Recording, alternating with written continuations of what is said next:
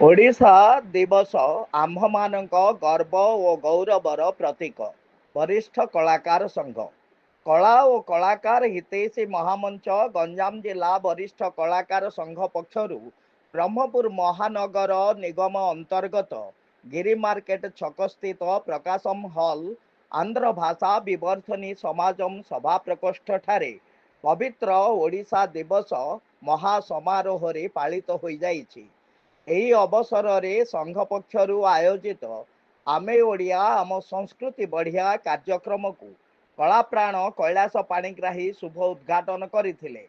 ପ୍ରଥମେ ଗାୟକ ଶ୍ରୀ ରାମଚନ୍ଦ୍ର ସାହୁ ଏବଂ ସାଥୀ ପ୍ରଭାକର ମିଶ୍ରଙ୍କ ଦ୍ୱାରା ଲୋକକଳା ଦାସକାଠିଆ ପରିବେଷଣ କରାଯାଇଥିଲା।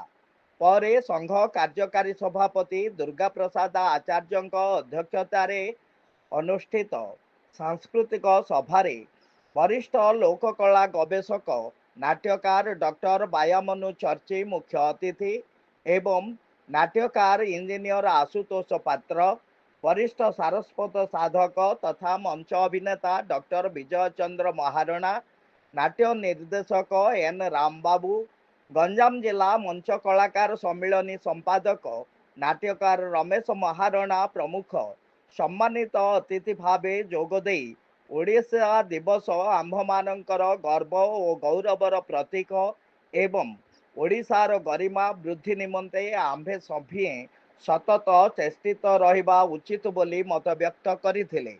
ସମ୍ପାଦକ ସୁଭାଷ ଚନ୍ଦ୍ର ସାହୁ ରୋଶନ ସ୍ୱାଗତ ଭାଷଣ ପ୍ରଦାନ କରିଥିବା ବେଳେ ବରିଷ୍ଠ ଶିକ୍ଷାବିତ୍ ତଥା ଅଭିନେତା ଶଙ୍କର୍ଷଣ ସାବତ ଅତିଥି ପରିଚୟ ପ୍ରଦାନ କରିଥିଲେ। ଅନୁରାଧା ସାହୁ, ବନ୍ଦନା ନନ୍ଦ, ବନ୍ଦନା ମହାପାତ୍ର, ଅଞ୍ଜଳି ବାଘ ପ୍ରମୁଖ ମିଳିତ କଣ୍ଠରେ ବନ୍ଦେ ଉତ୍କଳ ଜନନୀ ଗାନ କରିଥିଲେ। କାର୍ଯ୍ୟକ୍ରମ ମାଧ୍ୟମରେ କେତେକ ପ୍ରଥିତଯଶା କଳାକାରଙ୍କୁ ଆନୁଷ୍ଠାନିକ ସମ୍ବର୍ଦ୍ଧନା ଦିଆଯିବା ସହ ସୁନାମଧନ୍ୟ ନାଟ୍ୟ ନିର୍ଦ୍ଦେଶକ ନାଟ୍ୟ ପ୍ରଦୀପ ମଦନ ମିଶ୍ରଙ୍କୁ ତାହାଙ୍କ 70ତମ ଜନ୍ମଦିବସର ଶୁଭେଚ୍ଛା ଓ ଶୁଭକାମନା ଜ୍ଞାପନ କରାଯାଇଥିଲା।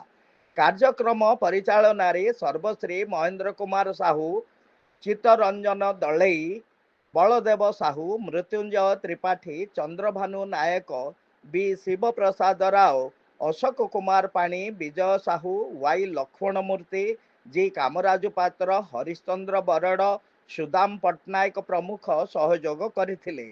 ପରିଶେଷରେ ସମ୍ପାଦକ ରୋଶନ ଜୁଲାଇ 3 ତାରିଖରେ ସଂଘ ପକ୍ଷରୁ 500 କଳାକାରଙ୍କୁ ନେଇ ଏକ ବର୍ଣ୍ଣାଢ୍ୟ କଳାକାର ଶୋଭାଯାତ୍ରା ଆୟୋଜନ ସମ୍ପର୍କରେ ସୂଚନା ଦେବା ସହିତ ଆନୁଷ୍ଠାନିକ ଧନ୍ୟବାଦ ଅର୍ପଣ କରିଥିଲେ। ମଞ୍ଚଜ୍ୟୋତି ନ୍ୟୁଜ୍ ତରଫରୁ ସୁଭାଷ ଚନ୍ଦ୍ର ସାହୁ ରୋଶନଙ୍କ ରିପୋର୍ଟ।